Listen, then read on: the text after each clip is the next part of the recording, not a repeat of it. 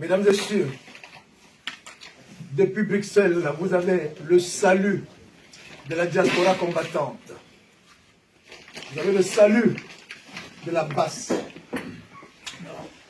Nous tenons à faire cette vidéo pour être en phase explicative avec le peuple, le vaillant peuple du Cameroun.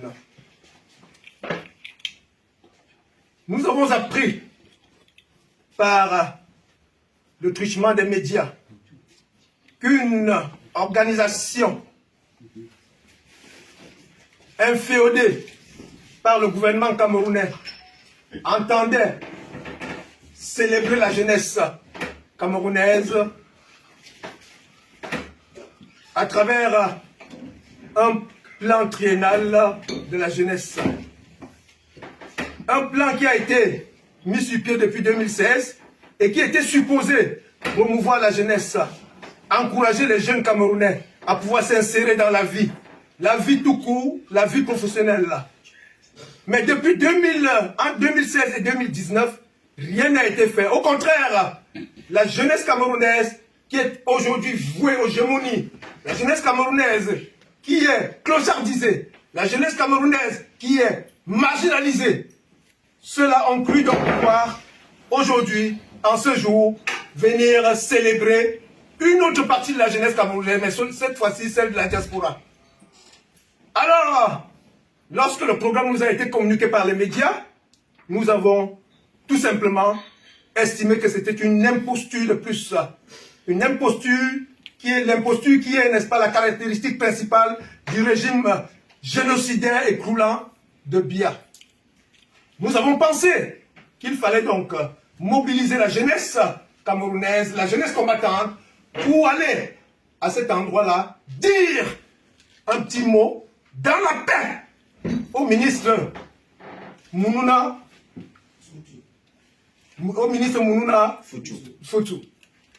Malheureusement, nous sommes arrivés sur les lieux, et alors que nous demandions à pouvoir prendre la parole, nous avons été bousculés, comme on en a l'habitude, parce que depuis, nous nous battons pour notre peuple, pour le peuple meurtri, mais nous prenons les coups tous les jours, nous sommes prêts à en prendre.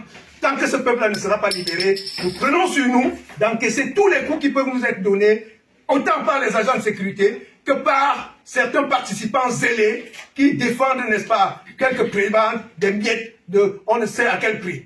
Nous sommes allés, il était question de nous adresser donc au ministre.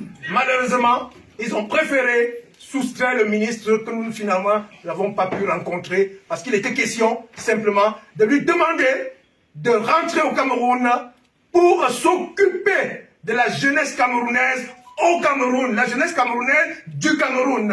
Et nous ne voulons pas, et ça c'est depuis 2018, nous avons dit non à la présence d'un membre du gouvernement en diaspora.